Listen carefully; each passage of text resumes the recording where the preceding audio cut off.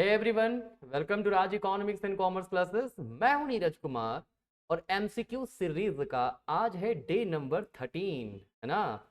ये MCQ series हर वो बच्चों के लिए है जो कॉम्पिटिटिव एग्जाम का प्रिपरेशन कर रहे हैं और इकोनॉमिक्स उनका सब्जेक्ट है, ठीक है। बाकी आगे बढ़ते हैं हम लोग, है ना। आई थिंक 60 नंबर क्वेश्चन तक हो चुका था, है ना। आज 61 नंबर से हम लोग शुरू करेंगे। चलिए देखिए, कहता है ridge line refers to the locus of points of. Ridge line जो होता है वो किस चीज का लोकस होता है आपको पता होना चाहिए, है ना। कि रिज लाइन जो हमारा होता है वो कुछ, ये हमारा जो है ए और ये हमारा जो है ए और बी, ये रिज लाइन होता है ना। जिसमें ये आइसोक्वांट कर्व है हमारे, है ना। IC1, IC2, IC3, ठीक है। जो रिज लाइन के अंदर जो आइसोक्वांट कर्व होता है वो इकोनॉमिक रीजन है ना। यहां पे प्रोडक्शन करना प्रेफर करता है, ठीक है। इधर हमारे पास मान लीजिए लेबर है ना, एक्स एक्सिस पे, और वाई एक्सिस पे हमारा कैपिटल है, ठीक है। तो जो रीज लाइन बी होता है ये बताता है कि मार्जिनल प्रोडक्टिविटी ऑफ लेबर जो होगा वो यहां पे 0 होगा, ठीक है। और ए रीज लाइन जो है वो बताएगा कि मार्जिनल प्रोडक्टिविटी ऑफ कैपिटल जो है वो 0 हो जाएगा, ठीक है। क्लियर। डिटेल वीडियो के लिए आप कमेंट कर सकते हैं, रीज लाइन अलग से मैं वीडियो ले आऊंगा, है ना। तो यहां सवाल है, ए नंबर ऑप्शन है, कहता isoquant where marginal product of one of the factor is 0। हाँ बिल्कुल, वन ऑफ द फैक्टर 0 है ना। बी पर मार्जिनल प्रोडक्टिविटी ऑफ लेबर 0 है, तो ए पर मार्जिनल प्रोडक्टिविटी ऑफ कैपिटल 0 है। किसी एक फैक्टर का मार्जिनल प्रोडक्टिविटी 0 है, ठीक है। दूसरा है isoquant where marginal product of two factor से 0। नहीं, बिल्कुल नहीं।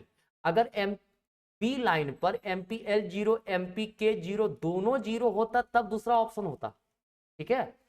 यहाँ पे बच्चे कंफ्यूज हो जाते, कहते सर एक रीज लाइन पर लेबर की मार्जिनल प्रोडक्टिविटी 0 है तो दूसरे पे कैपिटल की। तो भाई याद रखिए, रीज लाइन पर किसी एक रीज लाइन पर एक ही फैक्टर का मार्जिनल प्रोडक्टिविटी 0 होता है, दोनों का नहीं होता है, ठीक है।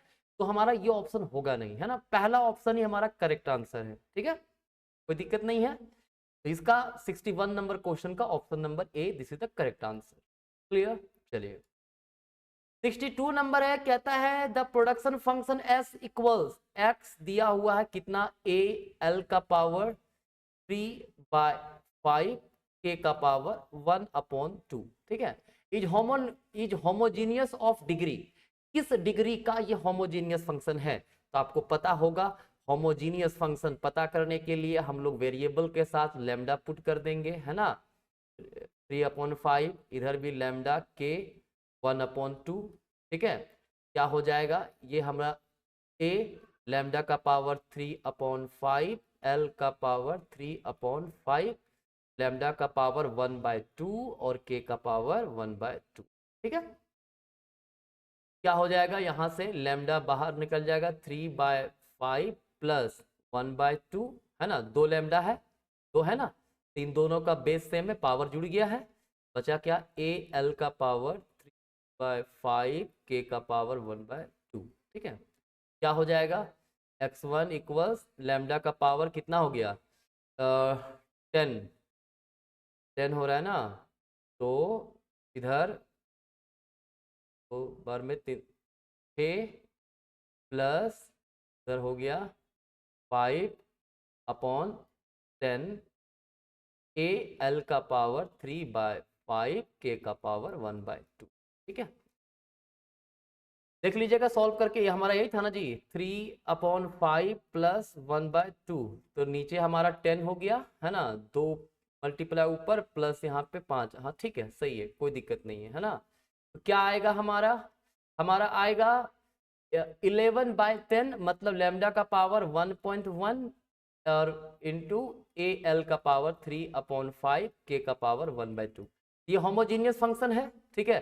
क्योंकि प्रोडक्शन फंक्शन के साथ में लैम्डा प्रोडक्ट के रूप में आ गया है, और पावर कितना है 1.1, 1.1 वो उसका डिग्री बता रहा है, ठीक है। लैम्डा का जो भी पावर होगा, लैम्डा का पावर n के जगह पे जो भी होगा वो होमोजीनियस फंक्शन के डिग्री को बताता है। 1.1 है, इसका मतलब 1 से ज्यादा है तो ग्रेटर देन 1 होगा। अगर 1 होता तो होमोजीनियस फंक्शन ऑफ डिग्री 1 या लीनियर होमोजीनियस फंक्शन होता, 1 से कम होता तो लेस देन 1 होता। तो हमारा करेक्ट आंसर क्या है, ग्रेटर देन 1, ठीक है। चलिए नेक्स्ट क्वेश्चन है प्रोडक्ट एग्जॉशन थ्योरम। जो प्रोडक्ट एग्जॉशन थ्योरम है, कहता है कि अगर मान लीजिए Q जो है हमारा क्या है, फंक्शन ऑफ लेबर कैपिटल है, ठीक है। अगर ये होमोजीनियस फंक्शन ऑफ डिग्री 1 है तो क्या होता है, L into del Q by del L plus K into del del Q by D K equals हमारा आ जाएगा Q, ठीक है। तो कहता है उसके बारे में बता रहा है, थ्योरम होल्ड्स गुड्स व्हेन, ये अच्छा कब माना जाता है, देयर इज एक्सटर्नलिटीज, नहीं बिल्कुल नहीं, एक्सटर्नलिटीज होगा तो ये प्रोडक्ट एग्जॉशन थ्योरम जो है प्रिवेल नहीं करेगा, ठीक है। असम्पशन में ही है कि एक्सटर्नलिटी नहीं होनी चाहिए, ठीक है। Linear homogeneous production function prevails, बिल्कुल सही है, ये फर्स्ट डिग्री का होमोजीनियस प्रोडक्शन फंक्शन रहेगा तभी प्रोडक्ट एग्जॉस्ट करेगा, ठीक है। ये हमारा लेबर का शेयर होता है, L into del Q by del L, ये लेबर का शेयर होता है, ये कैपिटल का शेयर होता है, इक्वल टू टोटल प्रोडक्ट हमारा आएगा, ठीक है। तो यही ऑप्शन नंबर बी हमारा करेक्ट आंसर है, ठीक है। हाँ, अब है हमारे पास which one of the following assumption is not correct for the रिबेल प्रेफरेंस थ्योरी, करेक्ट नहीं है ना। कंसिस्टेंसी माना गया है, कहा गया कि अगर A greater than A is preferred to B then B will never be preferred to A, ठीक है। ये हमारा क्या रिबेल प्रेफरेंस थ्योरी का एक असम्पशन है, ठीक है।